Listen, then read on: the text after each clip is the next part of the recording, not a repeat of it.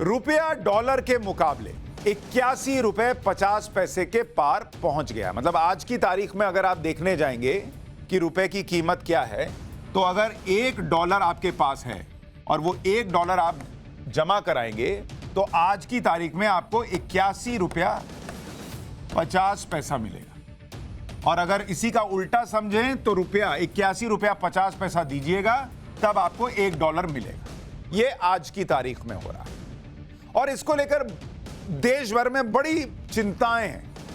होनी भी चाहिए, बतौर पब्लिक आपको चिंता होनी चाहिए कि भाई ये क्यों हो रहा है, कैसे हो रहा है। और जब भी रुपए में गिरावट की बात आती है तो पीएम मोदी के विरोधी जो हैं वो उनकी पुरानी बाइट्स निकालते हैं, पुरानी बातें याद कराते हैं। इनमें पीएम मोदी के पुराने वीडियो शेयर होने लगते हैं सोशल मीडिया पर भी। देखे नहीं मोदी जी तब क्या कहते थे, अरे मोदी जी से नहीं हो पा रहा, अरे रुपया गिर गया, देखो देखो देखो। ये आपने सुना होगा, बहुत सुना होगा। यही वीडियो दिखा दिखाकर जो विरोधी हैं वो कहते हैं कि नरेंद्र मोदी रुपए की कमजोरी पर पहले खूब बोलते थे तो अब नहीं बोलते, सरकार नाकाम हो गई है, अब आवाज नहीं निकल रही, वगैरह वगैरह। जबकि रुपया रिकॉर्ड लेवल पर गिर गया है। पहले आप सुनिए कि जब रुपया डॉलर के मुकाबले गिरता था और नरेंद्र मोदी पीएम नहीं थे, मनमोहन सिंह प्राइम मिनिस्टर थे, तब नरेंद्र मोदी क्या कहते थे। वो पुरानी बाइट्स जो आपको सोशल मीडिया पर बार बार दिखती हैं, उनमें से कुछ चुनकर लाया हूं, आपको सुनाता हूं और फिर बताता हूं कि रुपया और डॉलर की असली कहानी क्या है। अब आज देखिए आप, रुपये की कीमत जिस तेजी से गिर रही है, और कभी कभी तो लगता है कि दिल्ली सरकार और रुपये के बीच में कंपटीशन चल रहा है।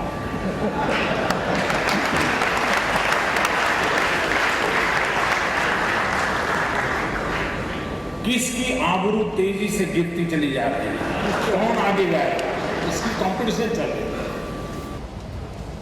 जिस प्रकार से डॉलर मजबूत होता जा रहा है, रुपया कमजोर होता जा रहा है, विश्व व्यापार में भारत टिक नहीं पाएगा। हमारे व्यापारी जो माल बाहर भेजते हैं, हमारे व्यापारी जो माल बाहर चलाते हैं, इस बोझ को सह नहीं पाएंगे। इवन भारत सरकार जो चीजें लाती है, भेजती है, उसको सहना मुश्किल हो जाए। हमारे देश का रुपया लुढ़क रहा है, रुपये की कीमत गिरती चली जा रही है। जब अटल जी की सरकार थी तो रुपया 40-42 रुपए की ताकत रखता था $1 के सामने, और ये वर्तमान अर्थशास्त्रियों की सरकार में डॉलर के सामने रुपया गिरता गिरता 60, कभी 62, कभी 65, कभी 67 गिरता ही चला गया। कैसे नहीं होता मित्रों, मैं शासन में बैठा हूं, मुझे मालूम है इस प्रकार से रुपया इतनी तेजी से गिर नहीं सकता। अरे ये नेपाल का रुपया नहीं गिरता है, बांग्लादेश की करेंसी नहीं गिरती है, पाकिस्तान की करेंसी नहीं गिरती, श्रीलंका की करेंसी नहीं गिरती। क्या कारण है हिंदुस्तान का रुपया पतला होता जा रहा है? ये जवाब देना पड़ेगा आपको, देश आपसे जवाब मांग रहा है। ये नरेंद्र मोदी के, आज के दौर के प्रधानमंत्री नरेंद्र मोदी के तब के बयान है जब वो प्रधानमंत्री नहीं थे। एक गलती जो उसमें लिखी जा रही थी वो नरेंद्र मोदी प्रधानमंत्री लिखा था, वो आज प्रधानमंत्री नरेंद्र मोदी की हम चर्चा करने वाले हैं, लेकिन ये जो बयान थे वो तब प्रधानमंत्री नहीं थे, तो उस गलती को इग्नोर मार दीजिए, हो जाती है गलती लिखने में।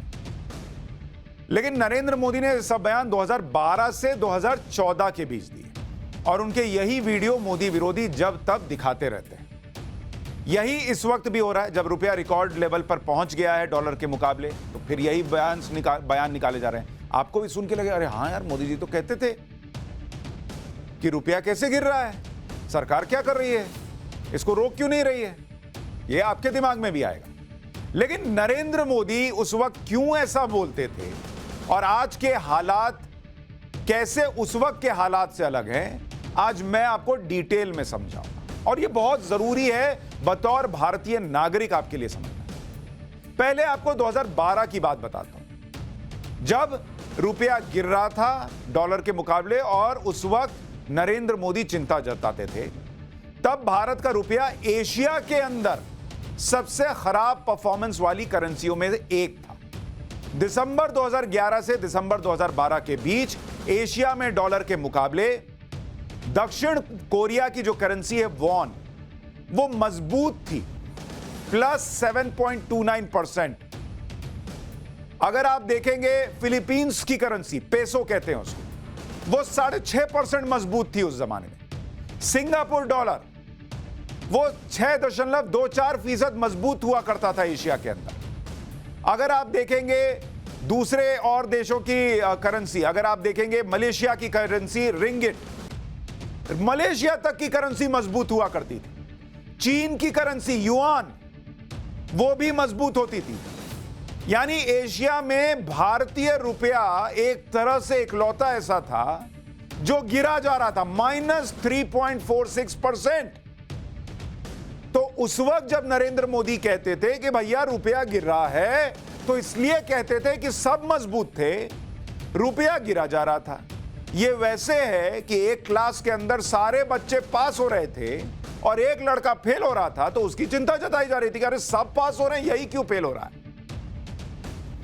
यानी जहां एशिया की दूसरी करेंसी मजबूत हो रही थी, भारतीय रुपया कमजोर हो रहा था, और इसलिए नरेंद्र मोदी तब रुपए की कमजोरी के बारे में बता रहे थे। अब मैं आपको इन्हीं देशों के बारे में, इन्हीं देशों की करेंसी की आज की स्थिति यानी 2022 में इनका क्या हाल है बताता हूं, और रुपया का हाल बताता हूं। जिस दक्षिण कोरिया के बारे में आपको बताया, दक्षिण कोरिया जिसकी करेंसी के बारे में आपको बताया, वो 2013 में उसकी हालत क्या थी? वो थी प्लस 7.29%। और 2022 में इसकी हालत क्या हो गई है दक्षिण कोरिया की करेंसी की? ये 22% नीचे है बॉस, नीचे चली गई। तब ऊपर हुआ करती थी, अब नीचे चली गई। फिलीपींस, ये तब हुआ करती थी, अगर आप देखेंगे 2013 में फिलीपींस की करेंसी ये भी ऊपर होती थी 6.59%। और आज की तारीख में आप देखेंगे तो इसकी हालत क्या हो गई है? ये भी गिर गई है और 16% डाउन है। ये देख रहे हैं? सिंगापुर का डॉलर, सिंगापुर का डॉलर 2013 में उसकी हालत क्या थी? वो 6% अप हुआ करता था, बढ़ा हुआ था। और आज की हालत में इसकी क्या है हालत? 6% डाउन है। मलेशिया की करेंसी रिंगिट कहते हैं इसको, इसकी हालत क्या थी? 3.37%, यह भी ऊपर चढ़ा हुआ था। आज की हालत में इसकी क्या हालत है? 11% गिरा हुआ है, डाउन। चीन की करेंसी युआन, उसकी हालत क्या थी? उसकी हालत थी 0.99%, यह भी अप हुआ करता था। आज की तारीख में युआन करीब 10.40% जो है वो गिरा हुआ है, ये भी डाउन। ये दुनिया में हालत है इस वक्त करेंसीज की। और रुपीस की हालत, इंडियन रुपया जो है इसकी हालत क्या है 2013 में और 2022 में? तब इसकी हालत क्या थी? 3.46% डाउन था। और आज की हालत क्या है? 10.25% कमजोर है। अब आपका पहला ऑब्जर्वेशन ये होना चाहिए कि हां, रुपया आज की तारीख में कमजोर है। लेकिन आज की तारीख में रुपया तब कमजोर है जब एशिया की सारी बड़ी अर्थव्यवस्थाएं जो हैं वो सारी नीचे गई हुई हैं, और कई तो भारत से भी ज्यादा नीचे हैं। 22% भारतीय रुपये से, 22%, 16%, 11%। चीन की करेंसी 10% से ज्यादा गई हुई है। और जब नरेंद्र मोदी चिंता जताते थे 2013 में कि तब रुपया क्यों गिर रहा है भाई, तब सब ऊपर थे, सब ऊपर जा रहे थे, 6%, 3%, 7% ऊपर जा रहे थे। तो यह वजह है कि उस वक्त नरेंद्र मोदी चिंतित हो रहे थे। दुनिया में वैश्विक हालात ऐसे हों कि सब सह रहे हों, जैसे आज कोरोना के संकट काल के बाद, यूक्रेन और रशिया के युद्ध के बाद हालात बने, तो समझ में आता है। तब सब चमचमा रहे थे, हम चरमरा रहे थे, इसलिए उस वक्त चिंता होती थी बॉस। तो कोई भी बाइट उठाए, कहीं से लगाए और चला दिए, ये सब छोड़िए, देश के बारे में सोचना शुरू कीजिए। 2013 की बात करना जरूरी है क्योंकि उस साल रुपया रिकॉर्ड तेजी से गिरा था। सिर्फ 4 महीने में रुपया 29% गिर गया था। मई 2013 में रुपया डॉलर के मुकाबले 53 रुपए 67 पैसे का था। अगस्त 2013 में 69 रुपए 13 पैसे पर पहुंच गया।